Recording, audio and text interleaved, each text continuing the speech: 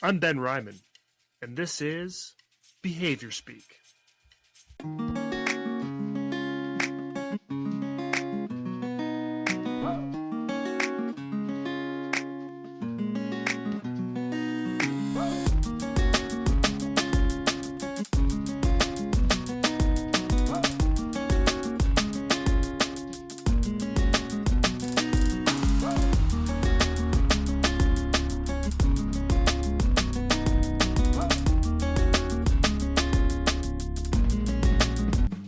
In this conversation, Dr. Gabriella Barrientos discusses her extensive experience in applied behavior analysis and her advocacy for the 2S LGBTQIA+ community, particularly focusing on transgender youth. She shares insights on the intersection of autism and gender identity, the challenges faced by parents, and the importance of early intervention. Dr. Barrientos emphasizes the need for tools and resources to support both clinicians and families, while also addressing the current political climate's impact on the 2S LGBTQIA+ community. She highlights the development of a toolkit and course for training behavior analysts to better understand and support transgender youth, and the necessity of creating a more inclusive environment within the field of ABA.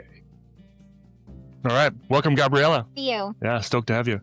Before we get started, just want to acknowledge I'm producing this podcast on the territories of the Kalaman, Kalehus, Homoko, and Comox First Nations. Always grateful to be here. So, Gabriella, tell me a little bit about yourself. Okay. Hi, I'm Dr. Gabriella Barrientos. I am a PhD, BCBA, and a certified diversity executive, so a CDE. My work history has primarily focused with the autistic population via ABA for the last 18 years. I've been a certified BCBA for the last 10 years. For the last 5 to 7 years, I've been working in the realm and the area of DEI. So that's where my certified diversity executive credential has come in. I co-own a DEI consulting company with my identical twin sister, who's a doctor of public health. So I do a lot of part-time consultative work within ABA companies, but also outside of ABA companies. I've worked with environmental companies. I've worked with rape crisis centers and sexual assault crisis centers. So I've worked with nonprofit organizations in the area of DEI.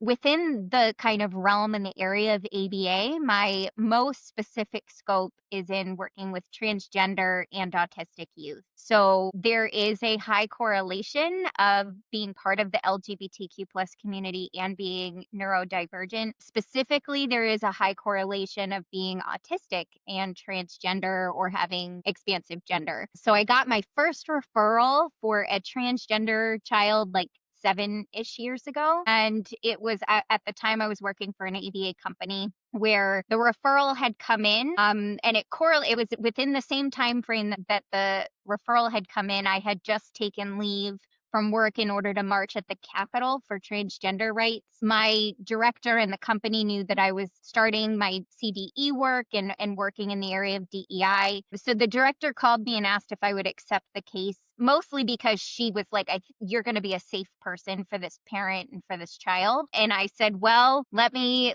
get someone who can mentor and supervise me, because I had not worked using ABA, working within an ABA capacity for a child who was transgender. And I immediately was super intrigued, because I was like, what better way than to help a family through parent training and teaching a parent? We're one of the only types of service that has an actual separate parent training built into how we work. So I was really excited about it. But then I found out, after looking around and trying to find someone, no one had been working in that capacity. So what I ended up doing was I knew a couple of transgender BCBAs, and they agreed to support me from the lens of their lived experience. So that's where that was born. And then from there, I just kept learning, kept growing, really figuring out how to work within this niche and help parents understand that, no, your child actually is transgender because they say they are. And being autistic doesn't mean they can't understand that about themselves, and work with parents on that. And so from there, I was like, okay, there's nothing out here to support clinicians. So I'm going to make those things. And that's where I got my PhD and did an applied study. I have a toolkit available, almost available. It's pending copyright at the moment. But I wanted to have things available for people who got their first case like me, have a lot of social privilege in that area. I'm cisgender and I'm heterosexual, so I'm not part of the LGBTQ plus community and don't have any lived experience to grow off of. But you're given this referral and you're given this case, and there's nobody else to refer it to. So I wanted those things available for people because I wanted them 7 years ago for myself. Cool. So you were already, before you even had your first case, you were already advocating in the community. What sort of got you into that work or in that advocacy before you even got your first case? Do you have a credential with the International Behavior Analysis Organization, the Qualified Applied Behavior Analysis Credentialing Board, the Behavior Analyst Certification Board, or would like a certificate of attendance for another organization? You can earn continuing education units by going to www.behaviorspeak.com, clicking on CEUs, and entering the 3 secret words. The first secret word is persistence. Hey y'all, it's Quintara Tucker here, aka the Mystical Analyst on Instagram. Now let me ask you something. Are you stuck exploring different career paths in ABA?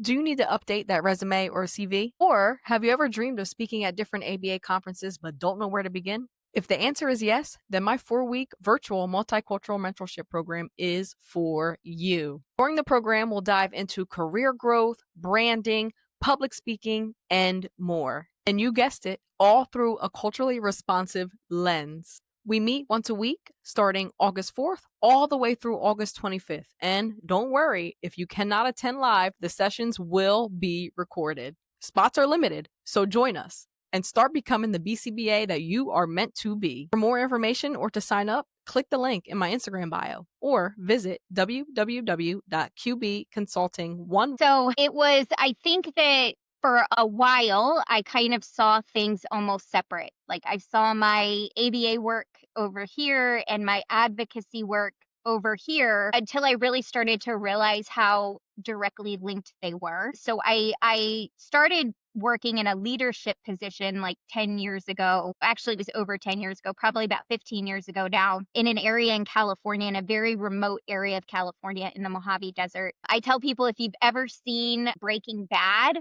where I was working and lived was filmed there. So that gives people an idea. It was a very impoverished community. There were a lot of undocumented immigrants that we were serving. And, I really started to kind of understand how directly linked all of these oppressions were, and that I've got an ABA company that wants to know why this parent isn't meeting the recommended hours and why we're not getting sessions in. And I have a parent who's barely making rent, and I haven't been able to get on the phone in 2 weeks because their phone was cut off. And it would be like 2-3 weeks would go by before I would finally get a text from a new number, from a new burner phone, because sorry, we couldn't have sessions or we weren't available, but now things are a little bit easier. Can you please come out?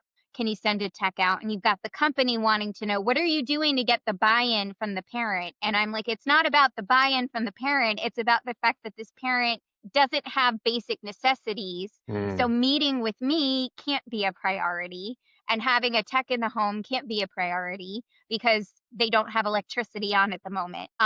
So it was really, as these things, I started to really see these things and look at how folks are running ABA companies. And that company I used to hate our director meetings. I was a director at 23 in that office simply because I was the only person with a master's degree in the area.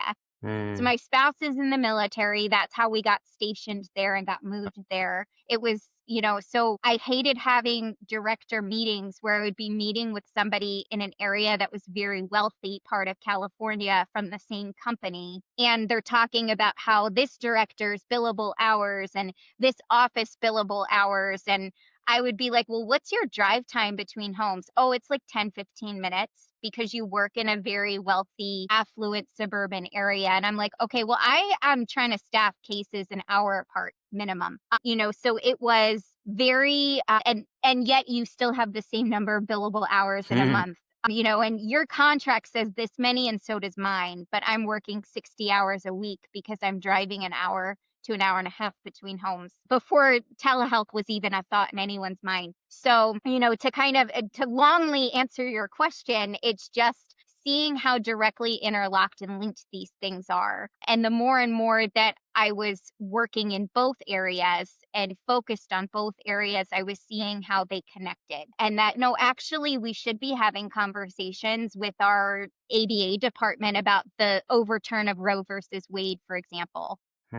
Because if we're living in a state where you don't have access to healthcare and abortion, what does that look like? Do you get leave to travel to the next state? Does your insurance company that your company contracts with, do they cover this type of healthcare? You know, are we expecting people to disclose that they need to travel to another state in order to access this healthcare? Like, these are the kinds of questions that we should be very directly asking, talking about within our ABA companies. And there's no more of we keep it separate and we keep it out of politics, because it's all very much impacting everything that we're doing. And it's a lot easier to ignore it when you're in the wealthier part of California, because it's probably not as big of an issue, but it absolutely is when I'm 23 and a director working with, supervisors who barely can write the reports in English, and don't even understand the basic grammatical expectations to go into a report,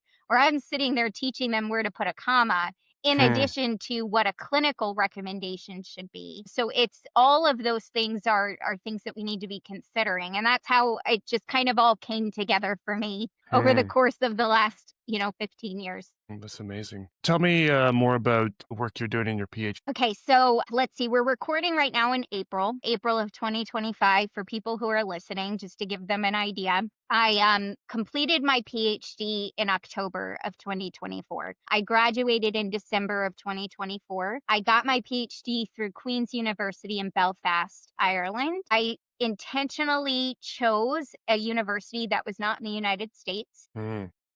Two reasons. The first was I did not want to contribute to the predatory loan and payment situation that happens with universities in the United States. So affordability wise, I wanted just to be with a university that was outside of the United States. Beyond that, I did not trust under the current administration, which was Trump at the time, and now it's Trump again. When I was looking, I didn't trust that my research would be protected, uplifted, and that I would even be able to finish. The other thing was I also needed a university that accepted the GI Bill, because I was not going to put forth any money. So the GI Bill is available to active duty military and veterans, and they are able to transfer that to dependents. So they can transfer it to spouses and they can transfer it to children. You only get 36 months. So it's about 3 years. You only get 36 months. So I needed to find a university where I could use that bill, and I needed to be started and finished in that time frame. And I was able to do that. So I did not put a dime into my own dime. It all came from the GI Bill. So that's why I chose that PhD. So I did 2 studies within the PhD. The first one was like a quantitative questionnaire type study. There were no studies available or statistics available for what I felt was true across the board. And what I felt was true across the board is from my own experience of having worked so many years with parents and kids. And essentially, I had no statistic to say this many number of parents believe that their child's autism is impacting their gender identity, or this many parents understand that this is included, or this many parents report that they were pressured by professionals or people who worked with their children to not affirm their gender identity because they were autistic. I can report anecdotally as somebody who's worked with parents that is the case, but there was no statistics. So we did a study first in order to see if we could get some numbers, and so I was able to get some numbers based off of that. And then from there, I did an applied study. So it was an applied study with actual families and children that I recruited. Recruitment was a very, very difficult process. People have gone underground.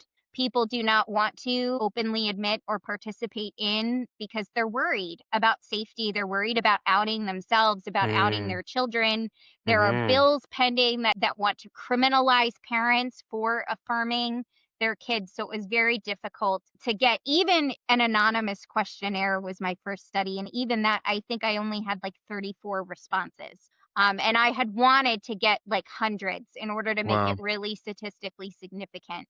But I was only able to get like 34, 35 responses. So I recruited families to work with. I had a family in Canada, a family in Georgia, USA, and a family in the UK and London area that I was able to work with directly. And I set it up the same way you would set up any kind of ABA assessment. I wanted it to be something that a BCBA gets a referral, the child is transgender, what do we do? So I created new assessment tools and parent questionnaires and things that could be used to figure out what is the baseline of affirmation in the home, in the environment, what are the parent behaviors, how do people feel about their environment, based on your geographic location. Do you feel like this is a safe space, or do you feel like you really have to kind of hide and be very, very careful when you're out in the community? So getting the assessment. And then I created a parent training series. So I created 5 modules to be used over the course of 6 months with parents, where each one can measure you can measure the pre-knowledge before you do the module and the lecture, and their post-knowledge after that. And then also you're measuring the child's feelings about their environment. So are they reporting that their parents are more affirming? Are they using pronouns and names appropriately and correctly?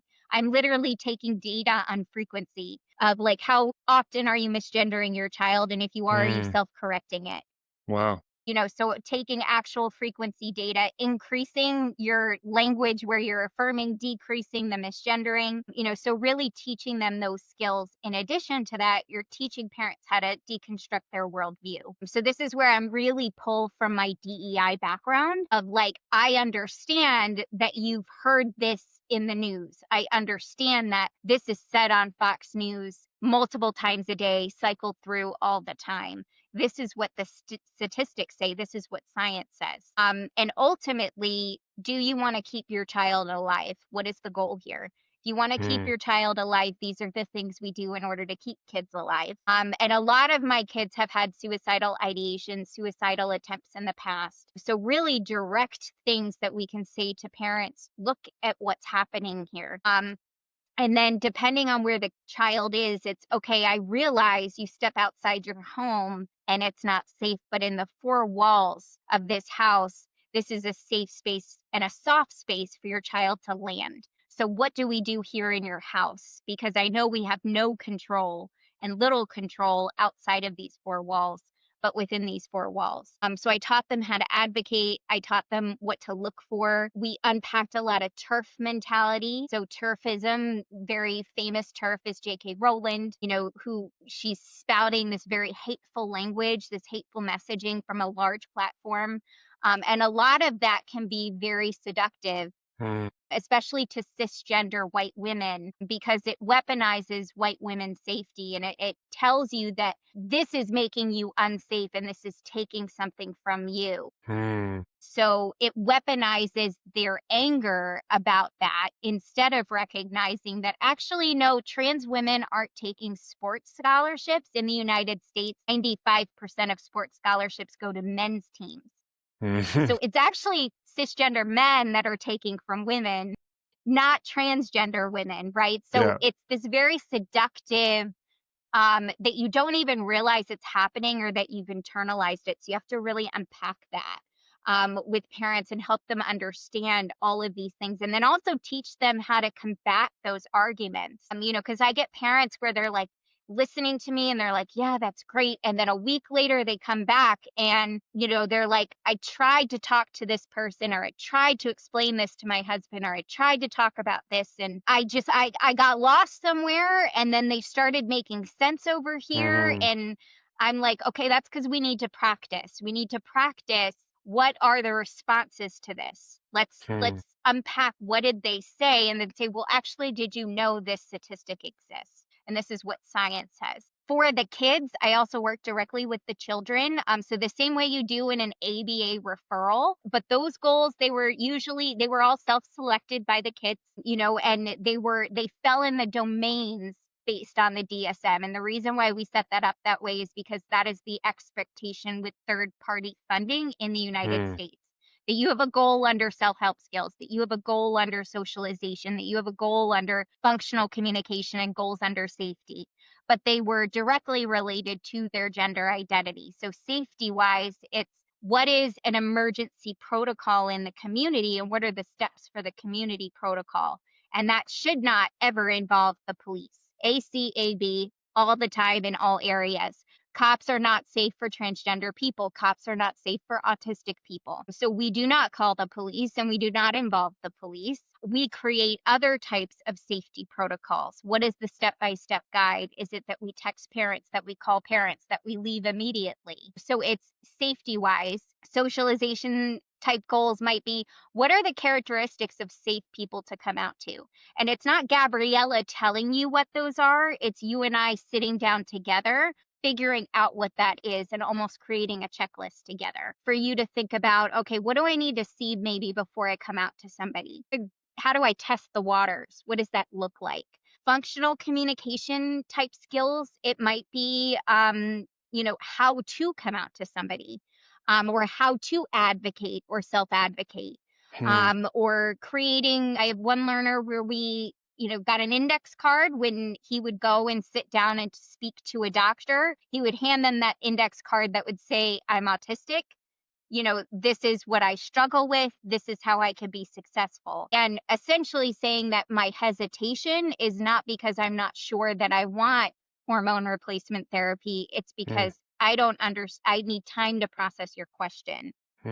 Or I might need you to rephrase how you're asking me that question. And I can still demonstrate informed consent to this decision, but I need you to adjust how you're talking to me or what you're expecting. So those are those kinds of goals. The other thing that I had to really work with parents on is we get a lot of behavior referrals. So I get a behavioral referral that's like, elopement or aggression or verbal aggression, right? And it's like, and then you find out, okay, well, you're misgendering this kid in this space and that's violence. I wouldn't stay in a space where you're violent towards me either. So eloping from that space is actually a life skill. And I do not want to decrease your life skills. I want to maintain your life skills. I want to increase those. My job is to talk to the people in the environment and say, why are you abusing this child? Why would this child stay in this space if you're abusing them? If you used proper language, they wouldn't elope from this space. So that's actually a goal on you. And that's actually your responsibility. And then teaching parents that any response to being mistreated or violent in a way that attacks who you are as a person is valid. So a child who says, hey, F off because you've called me this 4 times in a row and I've asked you not to do that, that's a pretty valid response to me. So I'm not working to program a child to learn and condition a kid to learn how to do that less. That's the work of the oppressor. The work of the oppressor is to try and make someone comfortable and okay with their own oppression. And it's like, no, actually, I'm going to uplift that and say that's a completely valid response. However, I will work with kids sometimes about pathways. I've created advocacy pathways with them where we've talked about, okay, if this is the response, what is the follow-up to that? And are there any unwanted side effects? And it's like, if these are unwanted side effects, is there maybe a path of least resistance? That's one way to do it.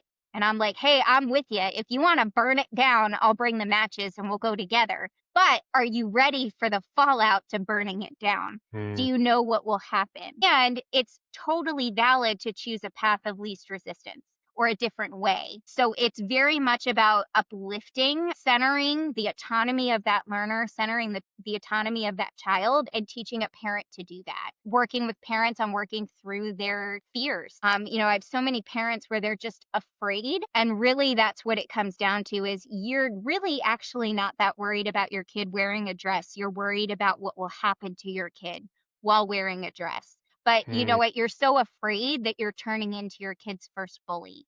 And we don't want to become our kids' first bullies. Yeah.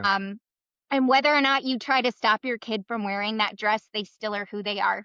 That's not going to change. So it's really working with parents on finding all of that balance and working with them. I pull a lot of work from Black parenting and looking at how Black parents parent their children, because Black parents have been parenting their children in America in an oppressive environment for generations. They have written the book on what that looks like. They have written the book on this is how the society perceives you, and this is how you can stay safe while also uplifting who you are and having pride in your identity and knowing there's nothing wrong with your identity. So there's a lot of work there. I worked really closely with a two-spirit person, so an Indigenous transgender person. And one of the things that he said that has always stuck with me is trans kids are the only kids not raised by their own. So meaning that Black children typically are raised by Black parents, Indigenous kids are raised by Indigenous parents,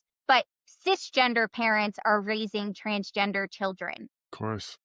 So finding that community and teaching these parents, because you have a parent who has the lived experience of knowing and understanding what it is to be Black in America. You have an Indigenous parent who knows the experience of being Indigenous in Canada, but you have a cisgender parent that can't conceptualize or begin to understand what it's like to be transgender in these communities. So, it's really working with parents on recognizing that too and working with them on that. Yeah, super cool. So, it sounds like you're having a lot of really tough conversations with parents. What are those conversations kind of like early on when thinking about sort of families where you're coming in and take the example of those behavioral cases of elopement where the child's just trying to escape the parent who's essentially being a bully and doesn't realize it. Mm-hmm.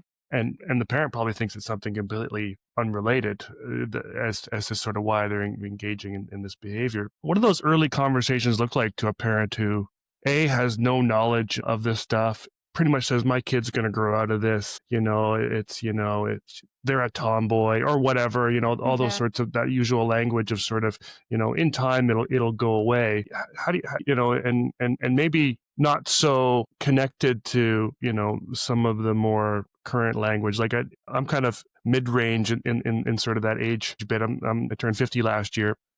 And so, I've just started to get used to sort of in the last few years, reconceptualizing terms like violence and oppression. Like violence to me for a lot of years was, the war, guns, beating, and physical violence was really the only kind of violence that there was. And so applying sort of some of these terms to other things that, don't look topographically the same can be difficult. And so I imagine for a lot of these parents, you start calling this stuff violence, they might be pushing back. What are some of those early conversations like, and what do you kind of advice you have for behavior analysts getting into that? The second secret word is trust. Are you a professional, a student, or an enthusiast of applied behavior analysis? Then mark your calendar for August 27, 28, and 2025. Join us in Oaxaca, Mexico for the second biennial Congress of the Mexican Organization of Practitioners of Applied Behavior Analysis, OMPAC.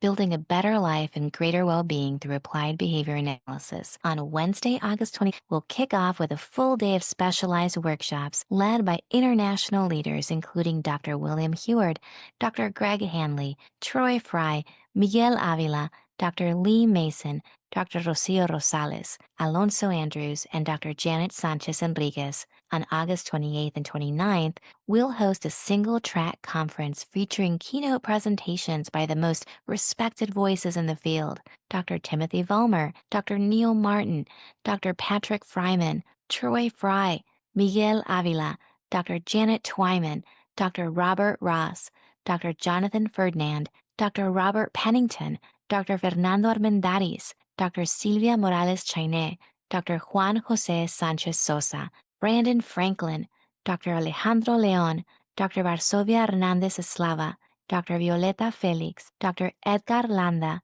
Dr. Everardo Aguilar, and Mariana de los Santos. We will offer simultaneous English to Spanish and Spanish to English interpretation to ensure accessibility and participation for a truly international audience. Plus, CEUs are included with registration. You'll have opportunities to network and to collaborate with colleagues from across Latin America and beyond. Get all the details now and register at www.ompak.mx. That's www.ompak.mx. We look forward to seeing you in Oaxaca as we continue strengthening the presence and the impact of applied behavior analysis in Latin America. Yeah. So, one of the things that I'll say is that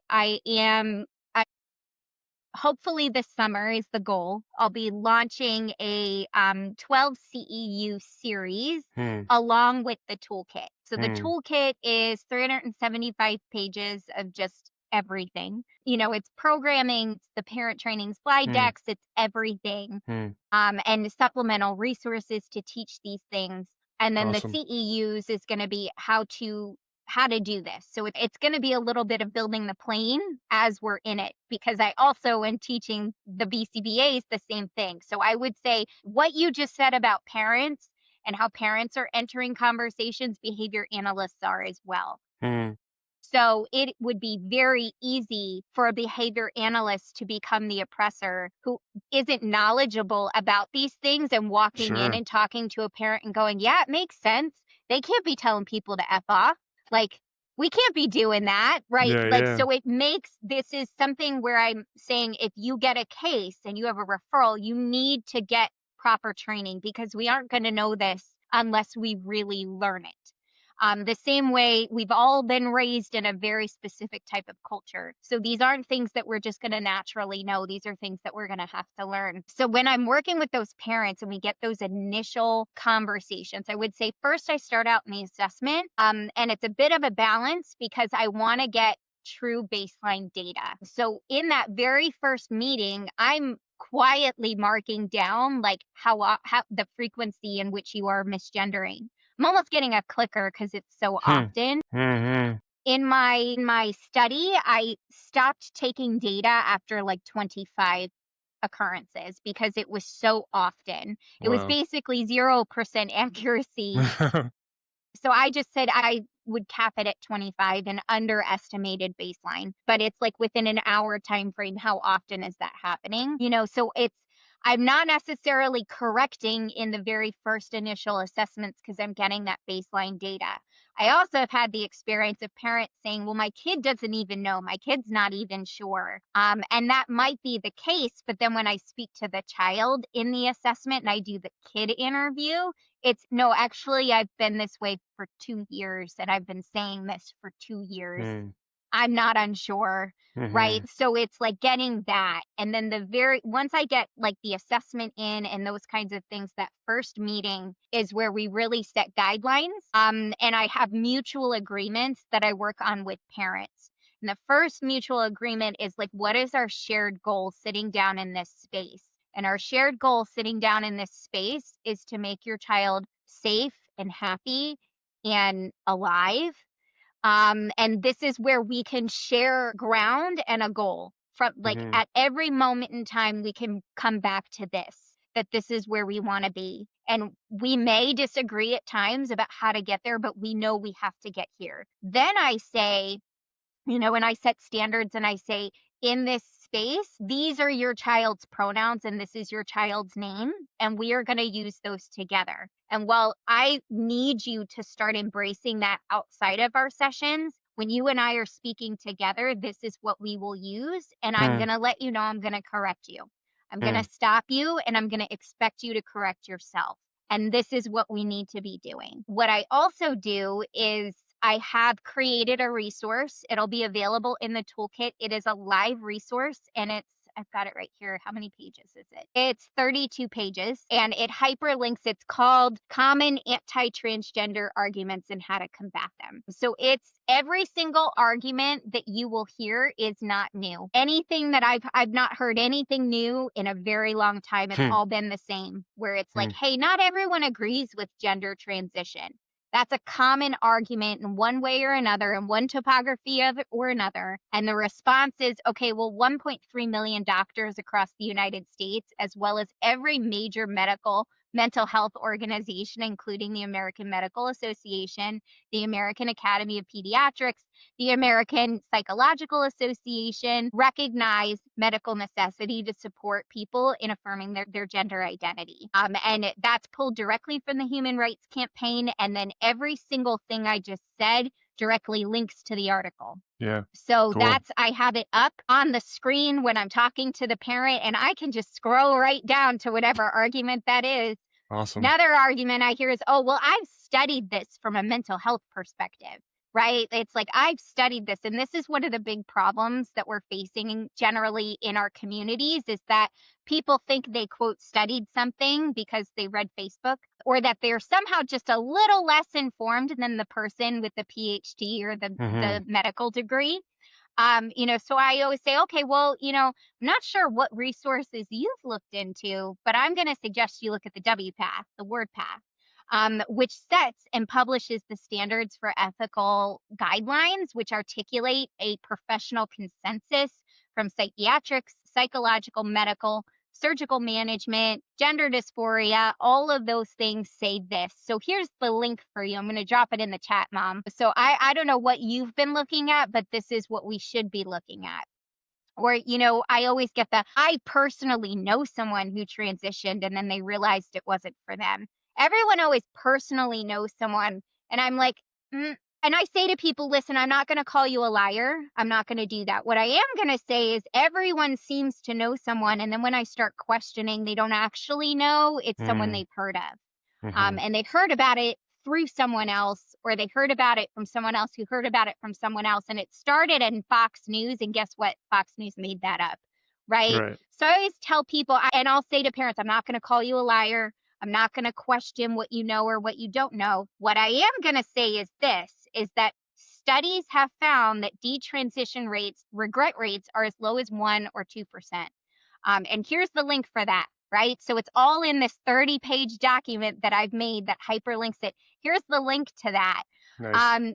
Further, transgender youth who meet this criteria for gender dysphoria, they are the least likely to detransition. And here's the article that says that. And the vast majority of transgender people remain consistent and persistent in their gender identity over time. Here's another recent study from the Academic Journal of Pediatrics that it followed 300 transgender youth after their first initiation of social transition, which means name, pronoun, clothing changes, not medical, just socially. It found that 92% of them were persistent in their gender identity 5 years later. So just to give you references, Mom, 20% of people regret knee replacement surgery versus 1% of people regret gender transition.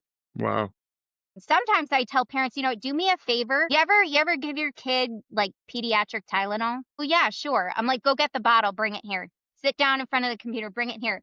Read for me, what are those side effects? They're kind of scary when you actually look at those. Read, and I'm like, okay, let me ask you something. Do you ever say to your kid, sorry, you have a migraine, but I'm worried about these side effects, so can't give you that Tylenol? No, you recognize that there might be some risks associated, but to save your child pain and suffering, you give them that, right? So it's a lot of, in the beginning, those conversations are back and forth, this and that. I had one parent that was just convinced, I love transgender people. I'm a huge ally. I love the community. I go to the Pride events. It's just my kid isn't trans, and I know that. And I was like, okay, well, tell me why. Why do you know that? What makes you know that? And they're like, well, when I asked my kid, they scripted and they told me they read someone else's story. They told me somebody else's story. They were on Reddit. They read someone else's story. So when I said, why do you know you're trans? They gave me the story that I know isn't theirs. And I know it's on Reddit.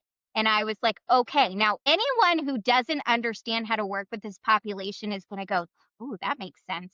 Yeah, that is concerning, right? Any behavior analyst who hasn't studied how to talk to parents, learned all this stuff, is going to get sucked in. So what I said to that parent was, okay, let's shift for a second. You say that you're a woman. Yeah, I'm a woman. I say, I'm a woman too. I'm cisgender. I'm a woman. Let me ask you, Mom, how do you know? So, she goes through, okay, well, and then she thinks for a second.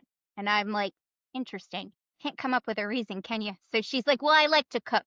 And I was like, okay, well, men like to cook. Does that make them women? Well, no, of course not. Okay. Why else do you know? Well, I like these kinds of clothes. I'm like, okay, so if a man put these kinds of clothes on, would they be a woman? No. Okay. Why else? Well, I have my period, I menstruate, and I was like, okay, well, there are a lot of cisgender women who don't. So are they no longer women? When you go into menopause and you stop menstruating, are you then in fact no longer a woman? No. Okay. Well, I have breasts, right? And I breastfed my child. Mm. Okay. So if someone had a double mastectomy, are they no longer a woman? No. Oh, okay. All right. Why else? Right. So at this point, though, now mom's starting to get frustrated. Mhm. Like she's starting to be like, and I was like, listen, I want you to think for 1 second now. I can recognize that I am being a huge pain in the butt right now. I'm doing it on purpose, to be Mhm. honest with you. And the parent is just like, because we went through so many different things, right? Like Exactly. so many different things. And she was like, and I said, you can't come up with a real reason here because there really isn't one besides I know it because that's how I feel. I said, and now think about the fact that you as a neurotypical person and me as a neurotypical person, meaning that we communicate in the way that language and functional communication has been structured, right? So an anti-ableist way of viewing this is not that autistic people struggle to communicate. It's that we've set up a dominant way of communicating that doesn't serve or support autistic people. Mhm. So the two of us communicate by default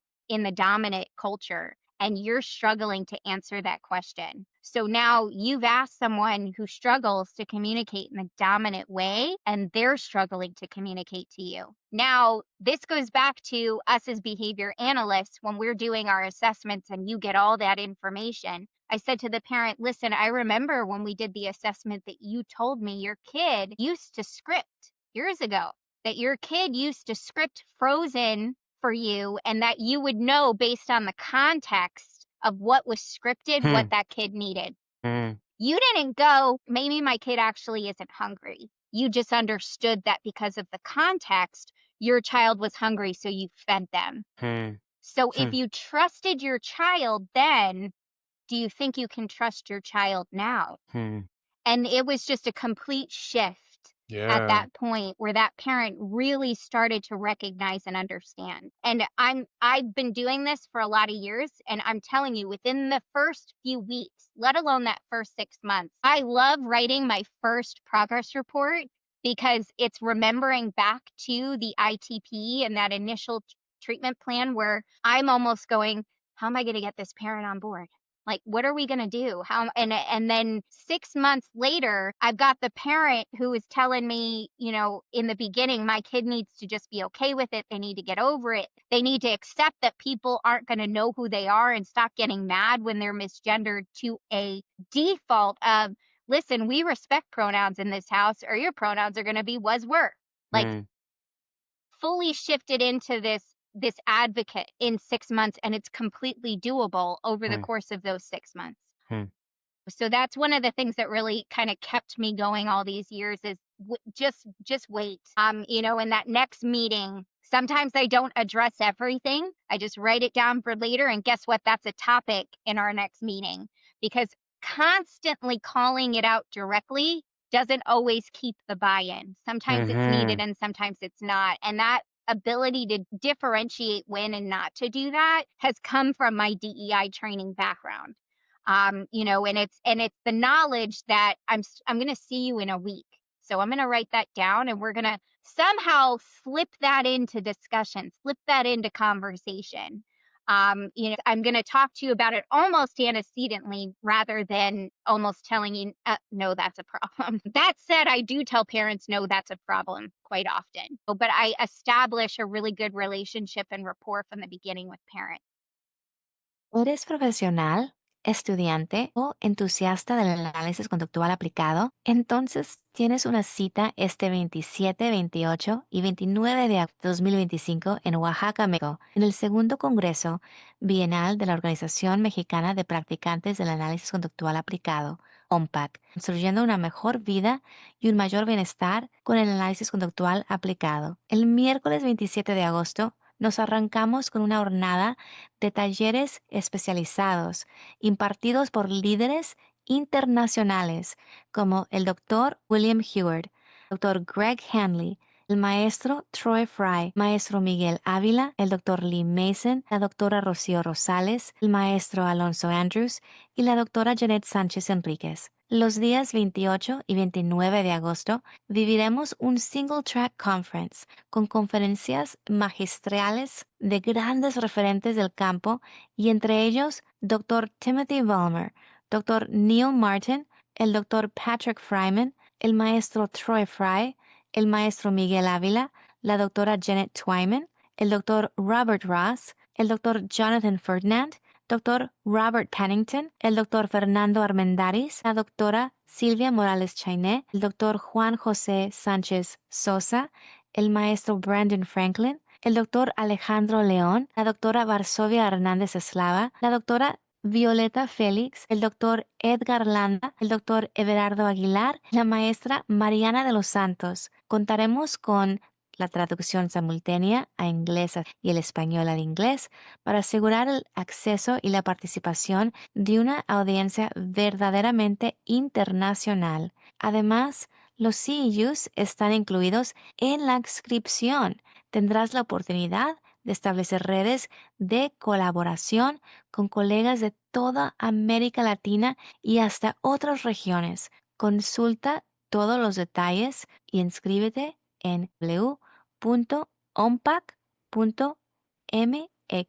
Nos vemos en Oaxaca para seguir fortaleciendo el análisis conductual aplicado en Latinoamérica. Yeah, super awesome. I mean, this training is going to be so needed by so many people because I can just imagine, because no one's doing this training. No one's No. doing this kind of work.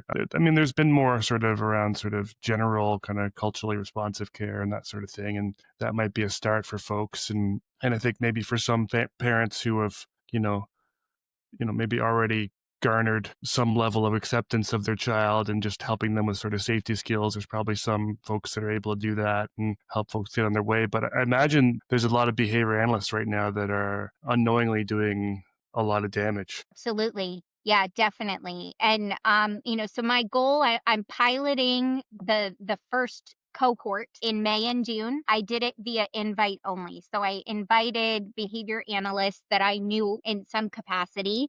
And I'm working out the kinks on it. So I invited them. They're getting the full toolkit, 375 pages plus the 12 hours. It might end up being longer. We'll see what happens in the pilot to train them on how to do that. And then my hope is to launch like the inaugural cohort in the summer. At the moment, what I want to do is run that a couple times a year. Eventually down the road, I'd like to see it open access to the toolkit materials. But at the moment, because of all the reasons we've already talked about, I don't want to make all of this open access for somebody to use incorrectly or inappropriately, because there's a difference between having and working with your learner on alternative advocacy pathways and turning to your learner and knowing when to say to your learner, I'm so sorry that happened to you. That's wrong. That adult is wrong. And like knowing when it's not hey, let's focus on the fact that you told them to F off and it's, I'm so sorry that that's happening to you. So that's my hope is once we get a lot more knowledge and training out there, I take every opportunity that I can. I super appreciate you inviting me onto a podcast of such a large platform because I take every opportunity that I can to tell people, hey, there's a way to do this. And there's a way that we should be doing this and a way that we can be doing this. And once it becomes something that's much more knowledgeable for people, that people are aware of, then having all of that be more open access available versus getting it through a 12-hour training. And so this first cohort in July, you're going to be there with them the whole time. Yeah. So yes, it's going to be my goal is to make it both asynchronous and synchronous learning. So I'm going to have a couple of it's going to be like over the course of 6 or 7 weeks. Have some of the modules pre-recorded for people to review and some of the modules where I'm teaching them live. So, and then I'm thinking about doing some follow-up things to cohorts too, like having discussion boards and those kinds of things to follow up But yeah, that first cohort, all of these cohorts are going to be with me. Every cohort, I'm including a guest lecture from Dr. Gemma Skirton, my twin sister, as a doctor of public health. So a lot of what I've done has come from public health research, pulling in from public health research on victim affirmation. A lot of, in my dissertation, in the research that I've written, I'm cited those things as rationale for why you aren't blaming or telling a child, go change what you're wearing because someone might hurt you. Because it's very much of what was she wearing a miniskirt vibe. Right? We don't do that. We don't tell women you shouldn't wear that because someone's going to sexually assault you. What we should be saying is don't sexually assault other people. Right?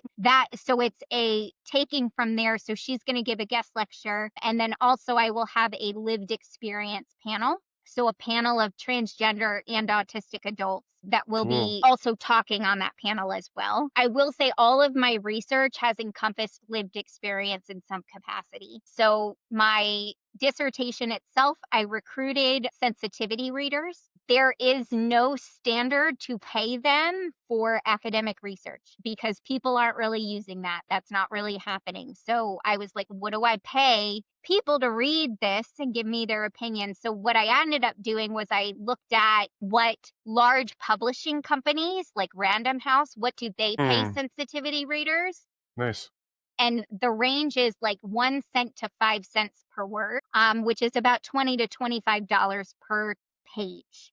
So I opted to use the higher end of about $25 per page, and recruited sensitivity readers to read chunks of what I was recommending and provide their feedback. Beyond that, I have all of the people of lived experience who have helped me over the years, who have supported over the years, who I have contracted over the years to build and put together this toolkit. So everything has encompassed lived experience in one capacity or another. Beyond that, each of my cohorts, I plan to offer 2 scholarship seats, one for a Black behavior analyst in order to build scope in the Black community, and one for transgender behavior analysts in order to have transgender behavior analysts getting all of this information to also support from their lived experience when they're working with their own learners. So that goes back to my values of increasing the number of Black practitioners in the field, as well as supporting and affirming lived experience as the expert. That's cool. And would the hope be maybe that long term there'd be opportunities for other folks to be able to kind of deliver this training? Because I think with just you doing it, you're not going to get to everybody. Yeah, exactly. Those are all things that I would love to see. Like I would love to see a train the trainer model. Yeah.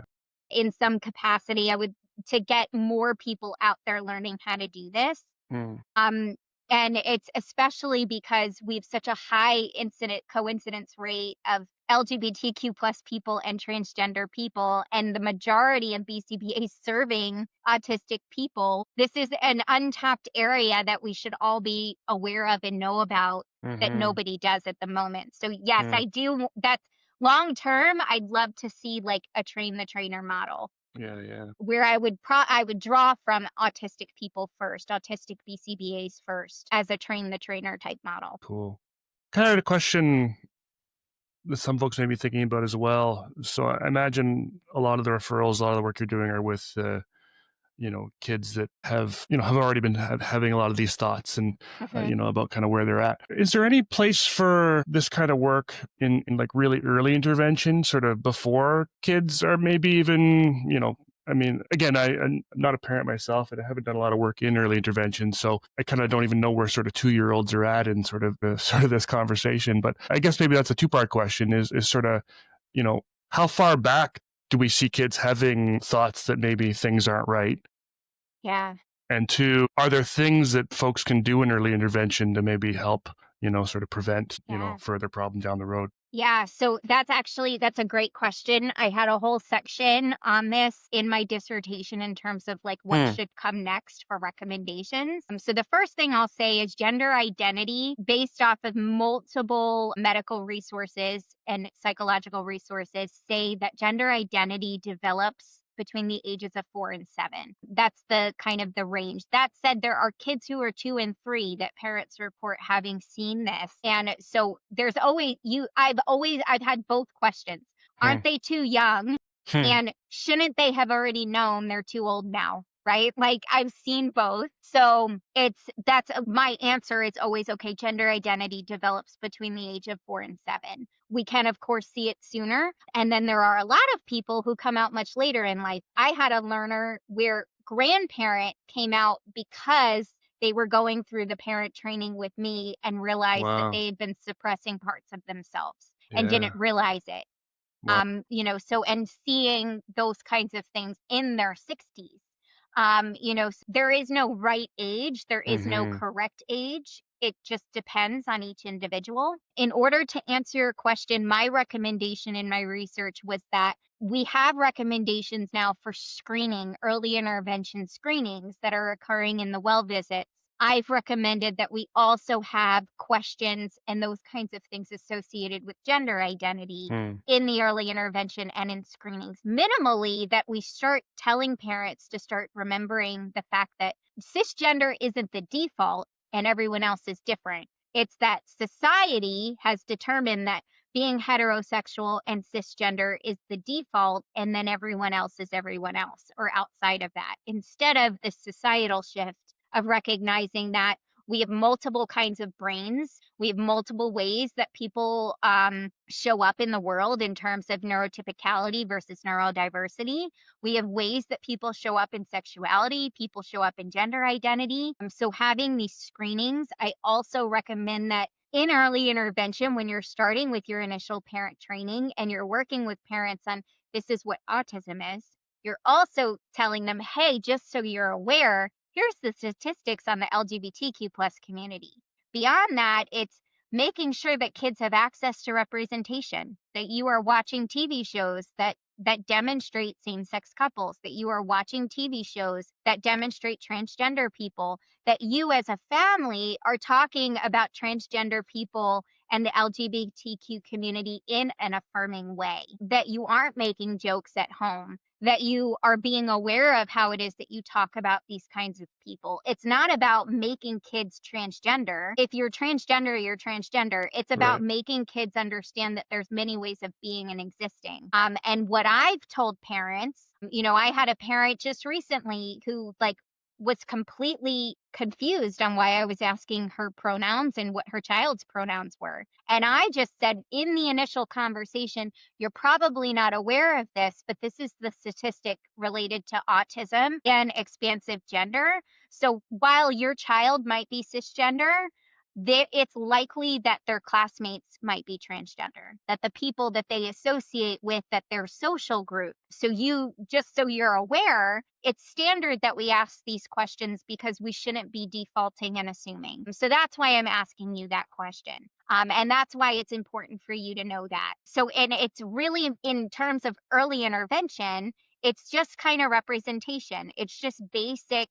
The same way that we see princess and princes on the Disney Channel and that we're also seeing these other things. In the toolkit, I have a lot of resources. I have books for people. I've linked books of different ones that you can get for kids, that you can pull them into your resources list the same way that you should have Black people represented, Indigenous people represented across all of your resources. You can also have transgender people represented. So in terms of early intervention, that's kind of what you're looking at with the little guys. The youngest child that I've ever worked with directly was 7. I've never received a referral for under that age. And it was a child who was 7 at the time, but the family knew at 4. And the referral behavior that I had received was withholding urine for 17, 18 hours. And then I find out that it's a trauma associated with an abuse that happened in preschool when a substitute preschool teacher engaged in behavior which should have had them arrested. And it created a very traumatic event for that child in bathrooms. So it was withholding urine for 17, 18 hours was the initial referral behavior. And this was an affirming family that accepted immediately at age 4 and had done everything they could to make sure preschool was affirming, and preschool did not do what they needed to do in terms of having a substitute teacher. Yeah. So it's my recommendation is that this research needs to expand. We need to have early intervention under the age of 7. I wanted to recruit, I said between 4 and 17. That was my recruiting age range because I wanted everyone. I was only able to bring in teenagers in my recruitment. So we need more studies on what that might look like. We need more studies also with people with higher support needs, autistic kids with higher support needs, because every one of my kids have in one form or another communicated it. What about the kids that struggle with that? There's no research on that. There's no recommendations on that. That's another place that we have to really expand. Yeah, that was going to be my next question, because I was sort of, it seems like a lot of this is somewhat dependent on verbal behavior and that sort of thing. But as you've said, there's that high correlation between autistic folks and some of these other identity pieces. It goes to say that it's quite highly likely that a lot of these folks that are sort of on the kind of higher support needs ends, non-vocal, are also struggling with all these sorts of things. Probably nobody's thinking about that. Yep, exactly. Yeah. Wild. All right. So tell me a little bit more about what you're doing now, kind of your practice, the work you're doing at Twice Consulting. Sure. So I will say that I have recently had to do a shift and a pivot. So originally my plan was when I had graduated, I had applied for a lot of different fellowships. There are a ton in the United States, a ton of fellowships available for new PhDs. You're only eligible if it's within the last 2 years of graduating with your PhD in very high areas of government and policy work. And it's a systemic support and fellowships that have been created to bring in new people. And they have a really great kind of screening process where they're constantly updating and changing it, where they blind names, they blind information, so that way they can bring in as a diverse pool as possible. So getting into the government policy work, breaking into that is very, very difficult. So they have this pipeline and these fellowships available. So I had planned to shift from working clinically into a full-time position of policy work and advocacy via like the State Department and with the government, while also maintaining my part-time work as a DEI consultant. And under that, doing my toolkit, training people how to use it, and any clinical work kind of focused in that domain. I had discharged all of my clients. I had shut down my ABA business that I had been working myself, and I had done all of that in order to move forward. I made it through a lot of different rounds of interviews. Everything was looking really great. And then Elon Musk came in and destroyed everything. So everything that was available is no longer available. Anything that might be available would not be available to me under what I study, under what my background is. It's not something that would be available. So I had this kind of timeline in mind where I graduated, finished in October. Between October and March was my goal of getting all of this set up. The fellowship actually takes a year in terms of screening. So if I had continued to move up, I was going to do that. But financially, my goal was to have kind of a full-time type work by March. So because all of this happened, I realized that I needed to pivot, make a shift. And I decided that I didn't want to go back into my own business. It takes up a lot of time. When you break down all the hours that you're working, it's really not much of a payoff. You get very burned out quickly to do anything else. So I decided to get a job with an ABA company and find a company that wanted to support and bring in a caseload of transgender kids. It's completely telehealth. They are comfortable with my DEI work on the side. So that's what I'm doing. So right now we're building and trying to bring in a caseload for me in order to support those kids. So that's kind of like my daytime job in terms of what I'm working. I've accepted that I've had to shift from working in a paid capacity in DEI to working in Grassroots, which is not paid. So I'm connecting with a lot of LGBTQ plus centers and groups and starting to offer free workshops just to kind of get the information out there and those kinds of things. And then beyond that, I still have my part-time DEI consulting company, which we're always open to bringing in new clients and doing trainings and workshops and, climate assessments of organizations, if that's what it is, and then also setting up the cohorts to roll out the toolkit. So that's kind of what I'm doing, lots of different things. I'm trying to balance the fact that we live under a capitalist society and that I need to have money to pay my bills and also get the resources out there and available in ways where it's not a financial barrier for people. So I'm balancing those things at the moment. So there was a lot of sadness that came to accepting that the direction that I was going was not going to be the direction that I was going, the recognition that if things shift again in the United States, that I'd no longer be eligible for such a fellowship and pipeline because I'd be past that 2-year time frame. So there's this recognition that that's there.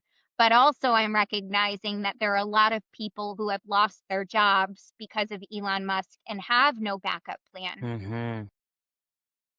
What I was doing did not care that I was a BCBA. That was not a selling point for them. My PhD and the studies that I had done, the research, those were the selling points to these fellowships. Versus in the ABA realm, the BCBA is the selling point. You could kick a rock in any direction, you're going to hit an ABA company. It's just, will you hit the right one? So I recognize my privilege, that I'm privileged that I have this credential as a backup, that I'm able to work for a company, that I can still do what I want to do, that I can bring in transgender clients and work with them directly.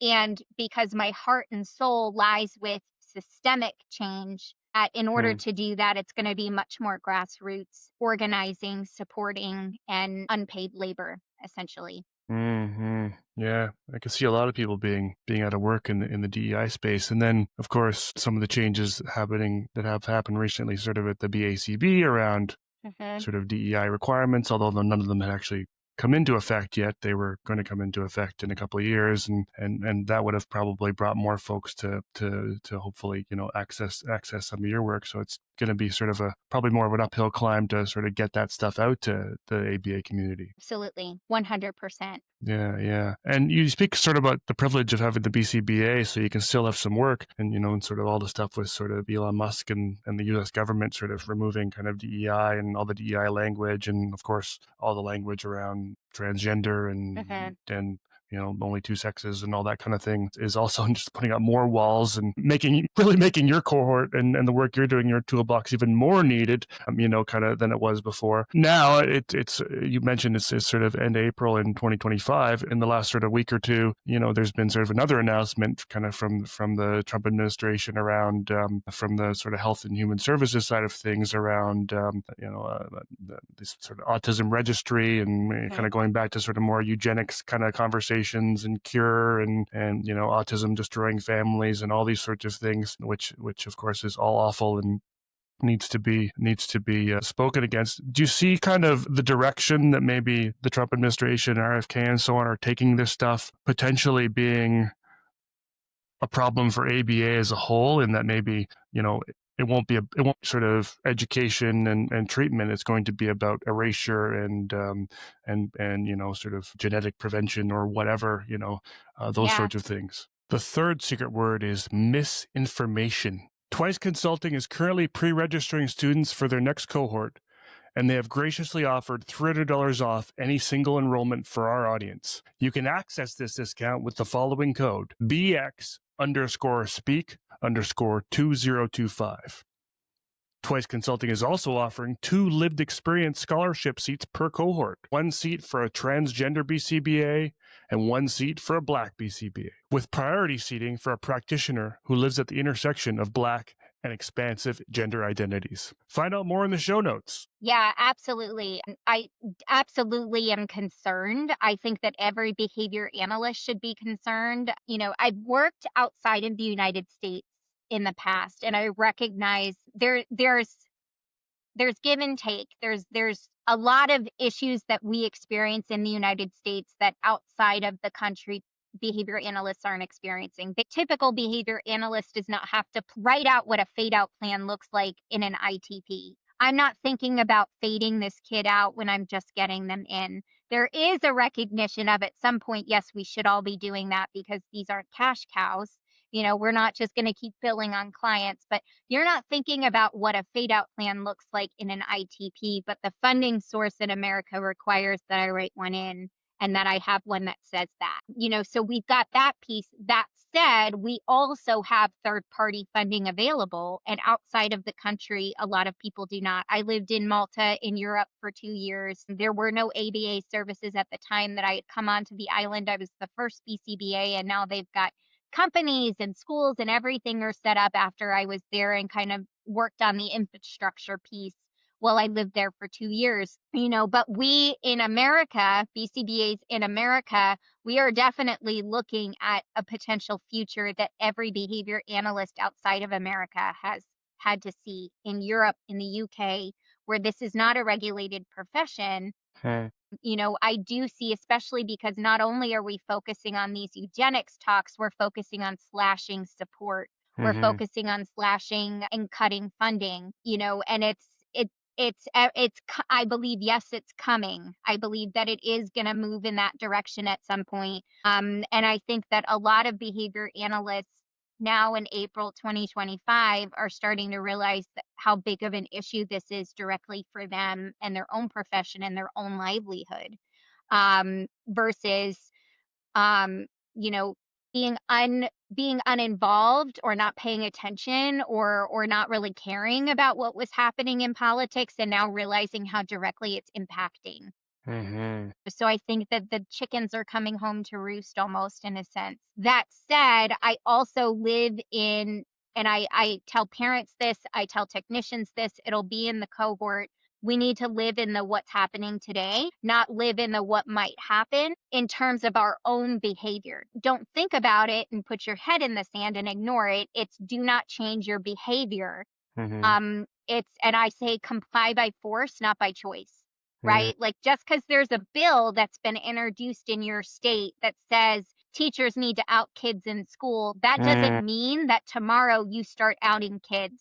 That means you wait until that bill actually becomes a law, and there's a good chance that it won't. Human rights groups are tracking these. Human rights groups are blocking these. There are lawsuits that are immediately brought in when that happens. There are groups that are set up and structured to combat that. So do not comply by choice. Like I say, comply by force only. Don't make it easy for them. The BACB making the decision to revoke DEI is an example of complying by choice instead of complying by. Yeah. Wow. Cool. Dr. Gabriella Barrientos, so stoked we got to have this conversation today. So glad there's a toolbox coming out, and this episode will be out before that comes out, so folks can hear all about it and hopefully sign up. Where can folks get more information? So I would say go to my website, www.twiceconsultingservices.com.